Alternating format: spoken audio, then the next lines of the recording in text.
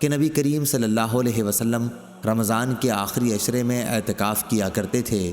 میں آپ صلی اللہ علیہ وسلم کے لیے مسجد میں ایک خیمہ لگا دیتی اور آپ صبح کی نماز پڑھ کے اس میں چلے جاتے تھے۔ پھر حفصہ رضی اللہ عنہا نے بھی عائشہ رضی اللہ عنہا سے خیمہ کھڑا کرنے کی اپنے اعتکاف کے لیے اجازت چاہی۔ عائشہ رضی اللہ عنہا نے اجازت دے دی اور انہوں نے ایک خیمہ کھڑا کر لیا۔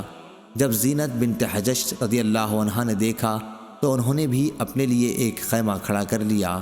صبح ہوئی تو رسول اللہ صلی اللہ علیہ وسلم نے کئی خیمے دیکھے تو فرمایا یہ کیا ہے؟ آپ صلی اللہ علیہ وسلم کو ان کی حقیقت کی خبر دی گئی۔ آپ صلی اللہ علیہ وسلم نے فرمایا کیا تم سمجھتے ہو یہ خیمے ثواب کی نیت سے کھڑے کیے گئے ہیں؟ بس آپ نے اس مہینے رمضان کا اعتکاف چھوڑ دیا اور شوال کے عشرے کا اعتکاف کیا۔ صحیح بخاری حدیث نمبر 2033۔